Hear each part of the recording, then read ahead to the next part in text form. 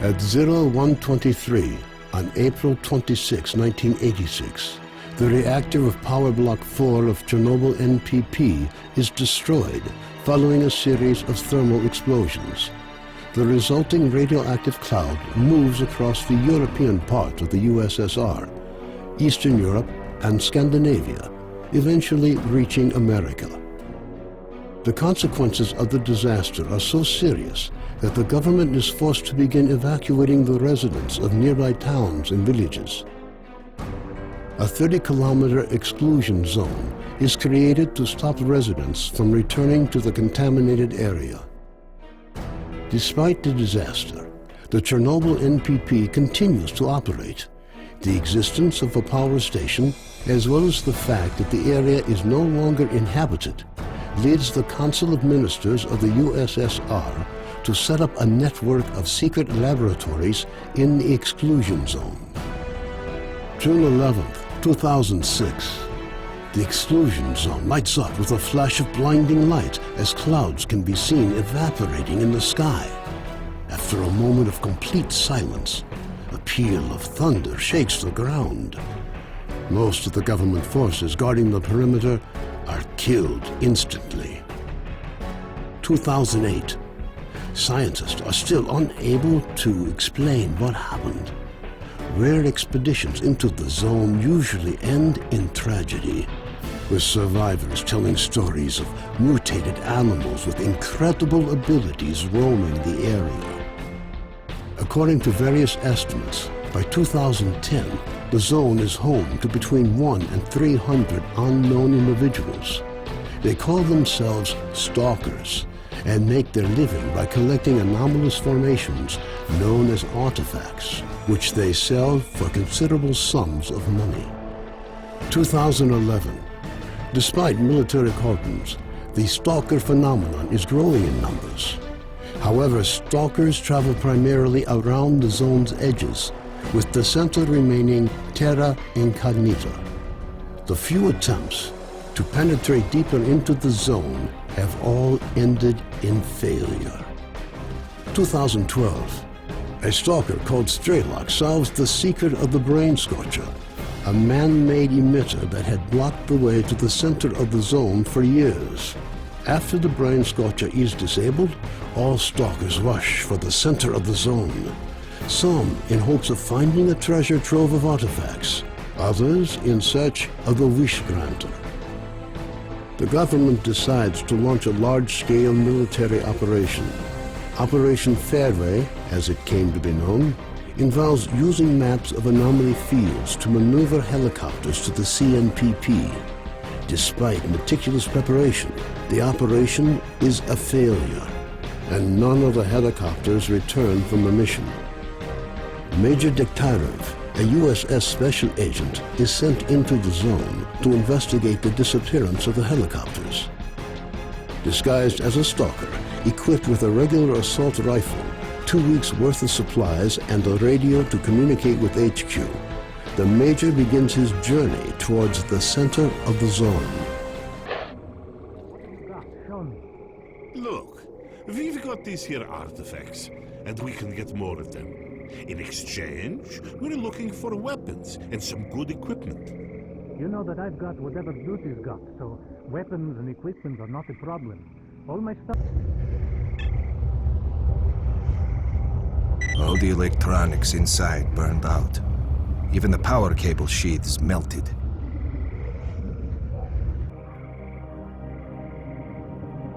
Looks like the crew died in midair and the helicopter simply crashed because there was nobody there to fly it. The onboard computer was a little luckier. I wonder if there's anything useful here. Ah, there's something. A map of the area with certain locations marked. That should come.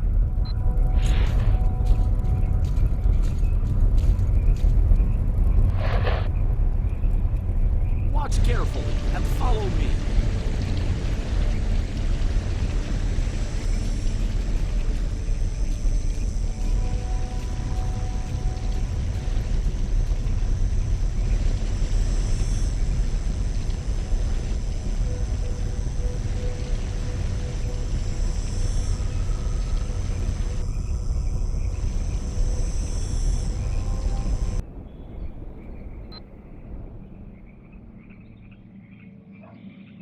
Information on the onboard computer. Okay. So Stingray 3 had engine failure in both engines. What else is there? A map with what look like possible evacuation locations. Positions B2, B28, and B205. Interesting.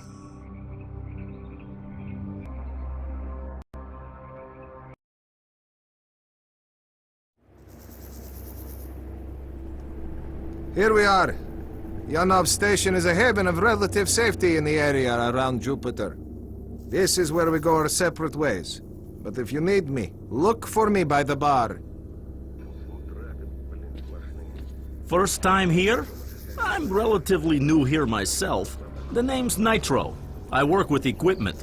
I can repair anything you need. But getting some good tools is a problem around here. If you see anything, bring it straight to me. And if you need any technical help, come see me and I'll be glad to do what I can for you.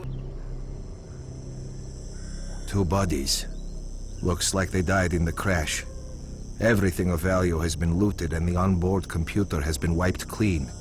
But the black box is still intact. Interesting. I reckon a decent technician will be able to extract... Let's see if I was right.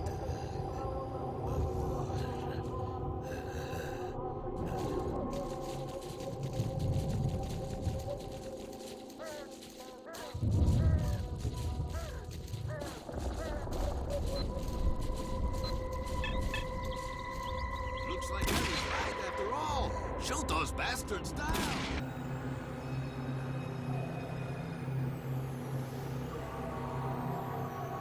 There we go. That's better.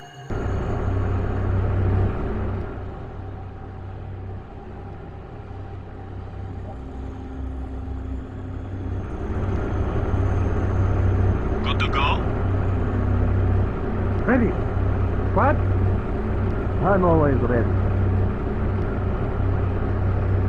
Also, ready. I have a bad feeling about this.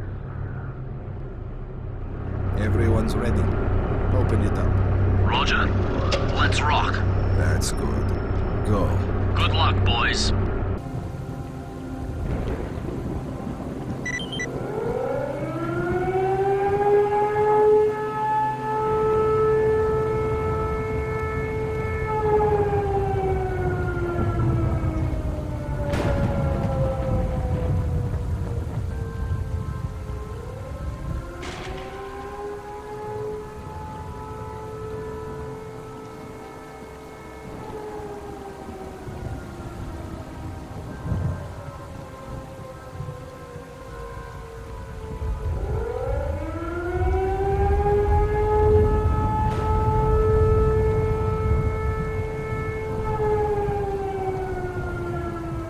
Put your weapons on the ground, now!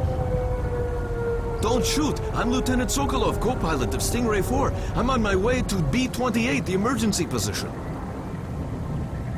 I have information for Kowalski. Take me to him. You know Kowalski? Who are you? What's your business with the commander? I'm Major Dektyrev, USS. I'm here to investigate the failure of Operation Fairway. USS? What the?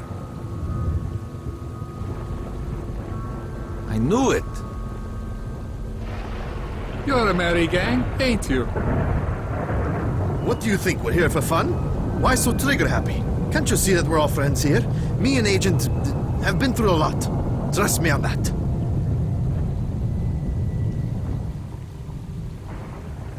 Okay. Follow me. I'm not going. I have no business with the Army.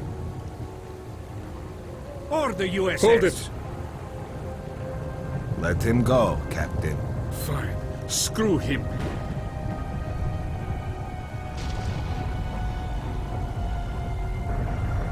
And I don't give a rat's ass who's working for...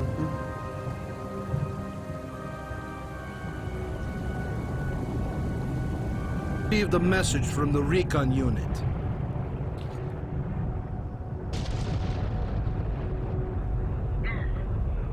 What the hell is that? Wait! We're all dead. Help! Someone help me! Get that thing away from me! No! Recon unit, come in. What is going on out there? We need to find the recon unit. Major, find out what happened. What the hell? You be careful out there, okay? And Major, keep me posted.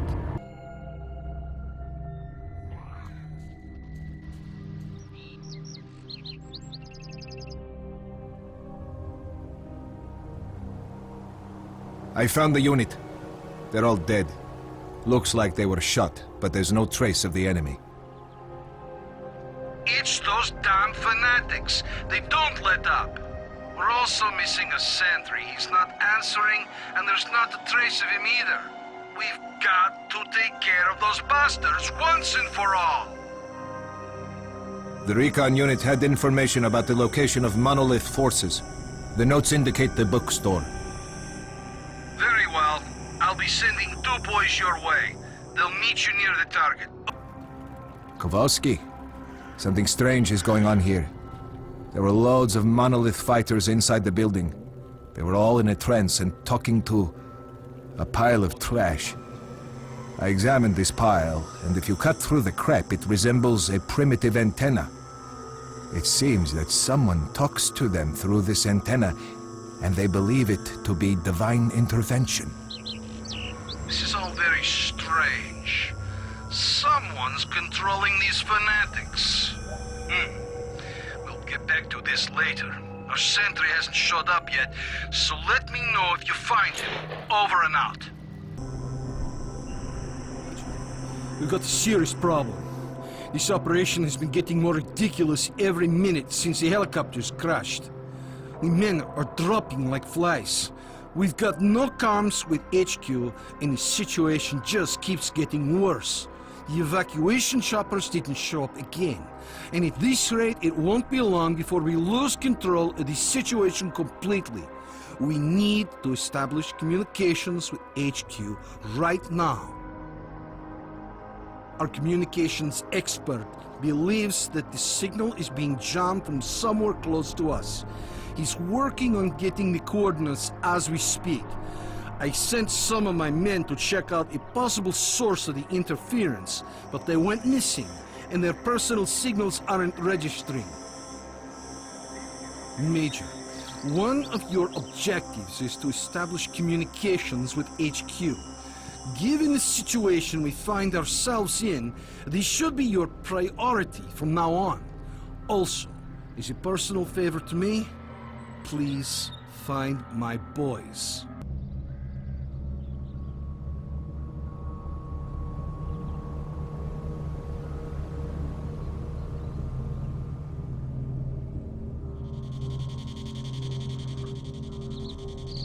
Base, I found one of your men. It looks like he blew himself up with a grenade. There are no signs of a firefight or any other evidence of him being attacked. Kowalski here. Roger that, Major. Hey, I got good news. We finally acquired the exact coordinates of the source of interference. The signal is coming from the kindergarten building. Is that really you? Well, I'll be. We were starting to think we'd never see our doc again. So what happened? Well, it's a long story. I'll tell you another time. Okay. Thanks for your help. By the way, the Colonel wants you to pay him a visit. Thanks. I'll do that. Also, Gary headed for Yanov's station to restock. He asked me to tell you that he won't be back for a few days. Gotcha.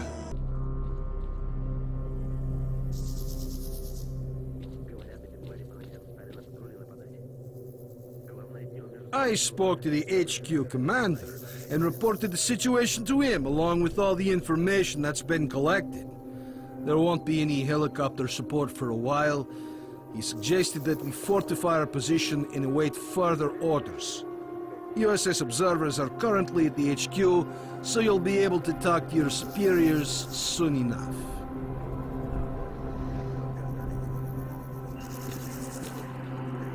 Colonel, a radio signal has been detected, and its source is not far from the base. The transmission is encrypted, and I haven't been able to crack it yet.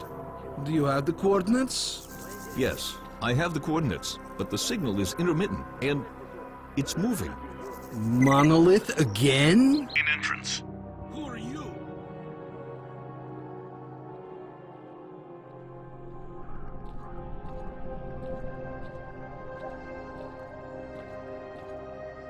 My name is S.T.A.L.K.E.R. You're the stalker who disabled the Scorcher? Yes, but my plan didn't work. I came here to speak with your commanders. I have information that will allow the army to take control of the zone and destroy it. And the mission is starting. Come, let's talk inside.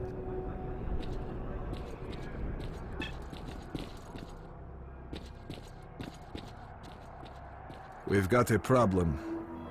Our choppers are crashing for reasons that we've not understood yet. Until we work it out, there won't be any helicopter support. The only way to get to the borders of the zone is on foot. The reasons are obvious. There are many anomalies in the air, especially in the center of the zone. We had a map with the safe air corridor between anomalies, and the helicopters had emission protection systems. That's odd. You're telling me you haven't noticed that anomalies move around after an emission. Some disappear, and new ones show up in different places, which makes your map of anomalies effectively useless. So that's what it is. What? Emissions don't just follow one another. If you can scan the area and identify all the anomalies, the choppers will be able to collect us safely, provided they're dispatched right after an emission. We must inform the HQ of this as soon as possible. I'll contact my commanders right after the emission. Major, do you read me? Major S.T.A.L.K.E.R here. I read you. Good. As of this moment, you are responsible for completing Operation Fairway. Kowalski and the Stingray squad will assist you. Report. I've managed to acquire documents about experiments carried out in the zone. Furthermore, we've been contacted by a stalker who's been in the CNPP. His name is S.T.A.L.K.E.R, and he's offered us his cooperation. Roger. Accept his offer. You know what caused our helicopters to crash? Yes, I have the data, and S.T.A.L.K.E.'s information confirms it. The helicopters were hit by anomalies after their locations changed during the emission. The anomaly map issued to the pilots turned out to be useless. Good. That means we have until the next emission. You'll be collected together with the stalker from position B28. Stingray squad will be evacuated with you. The birds are already in the air. Не уйдешь! Major S.T.A.L.K.E.R, we're ready to go. Get that shot. I hope it is worth it.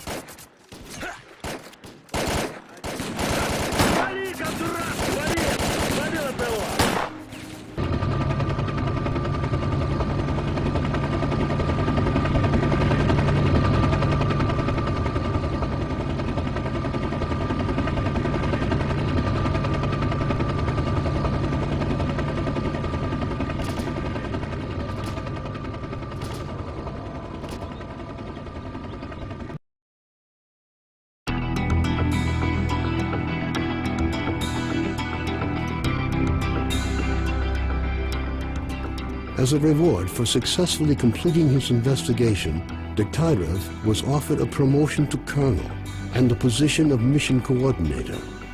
He declined the opportunity to work at the HQ and submitted a personal request to be sent to the zone as the USS Permanent Observer.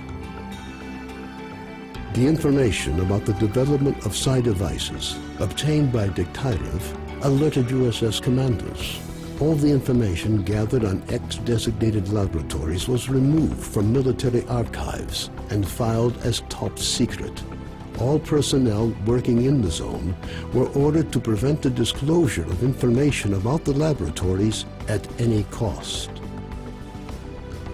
Several experimental samples were made on the basis of technical documents for Item 62. Following a set of test trials, it was decided not to go ahead with large-scale deployment of the weapon due to the high cost of ammunition. Nonetheless, it would be reasonable to assume that further development of the Gauss rifle is ongoing. Sultan and his gang left the S.T.A.L.K.E.R to do their shady business elsewhere after their attempts to capture the ship failed. The ensuing feeling of relative safety among stalkers led to a massive increase in the number of artifacts sold to Beard, causing his business to boom, while the formerly quiet Skadovsk bar became as popular as the famous 100 Rads bar, despite being almost in the center of the zone. Following the destruction of the Bloodsucker lair, it's unlikely that anything could significantly change the state of affairs on the Skadovsk. The old ship became a temporary center of stability in the ever-changing world that is the zone. Reinforcements and growing popularity among stalkers allowed Duty's advanced squad to rid Yanov Station of freedom. The ensuing firefight saw Loki and what was left of his squad eliminated for good. The scientific expedition, organized by Professors Herman and Ozersky, was a success. The data they collected facilitated the development of groundbreaking medicine and technology, which prompted the Ministry of Education to allocate additional funding for researching the zone. Gary's stories about the Army's struggle against the dangers of Pripyat encouraged stalkers to explore the ghost town. Despite the constant monolith attacks, stalkers managed to secure the former army camp, which they used as a base to launch raids deep into the city, making slow but steady progress. The legend of the Oasis stopped being a legend. The identity of those who managed to find a way to the secret anomaly became an increasingly regular topic of conversation among stalkers. Despite this, the number of adventurers trying to find it remained high, something the bandits were quick to take advantage of, with constant offers to lead stalkers to the Oasis, which usually ended in muggings at a safe distance from stalker camps. Organized mercenary squads continue to be active in the zone. Their interest in the secret laboratories is becoming increasingly difficult for USS operatives to ignore. Attempts to establish the identity of the client who hired the mercenaries proved unsuccessful. The area around Yanov Station continues to attract growing numbers of stalkers.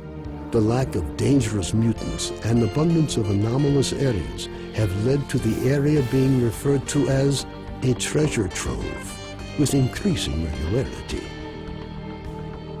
Zulu returned to Duty's main base at the Rostock plant.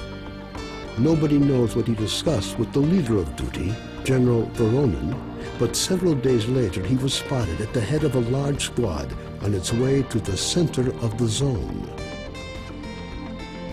Vano headed off to the freedom-controlled military warehouses, where his cheerful personality and optimism quickly earned him the popularity they merited. Ultimately, he took charge of a small group of researchers involved in investigating anomalous areas. A new group appeared in the zone. They are well trained, but their objectives are not known. Rumors say they used to be monolith fighters. Their leader is known as Strider. Senior Lieutenant Sokolov continued to take part in flying missions over the zone. During one such recon flight over Murmansk, his aircraft was shot down by mercenaries. 2 weeks later, he was picked up by a patrol near the cordon. Within a month of his rescue, Sokolov had left the Air Force, joining a civil airline instead. A group of stalkers was forced to seek shelter on Noah's old barge during a particularly powerful emission. When the barge was attacked by a horde of snorks afterwards, stalkers were forced to concede that the barge was as good a defense against mutants as anything they'd seen. Even more astonishing was a litter of pseudo-dog puppies that Noah himself led into battle against the snorks. Having found out about his friend's fates, Carden gave up dreams of a stalker career. Having overcome his alcoholism, he moved to Yanov, where he partnered up with Nitro to set up a full-service repair shop. Both technicians gladly devote all their spare time to building a vehicle that could operate in the zone. S.T.A.L.K.E.R passed on the information he obtained on his trip to the Chernobyl NPP to the USS commanders. This prompted the government to create a scientific institute for research of the Chernobyl anomalous area.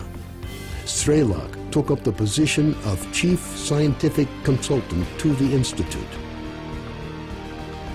When Colonel Kowalski, commander of the Stingray Group, returned from the zone, he was forced to explain the reasons for the failure of Operation Fairway.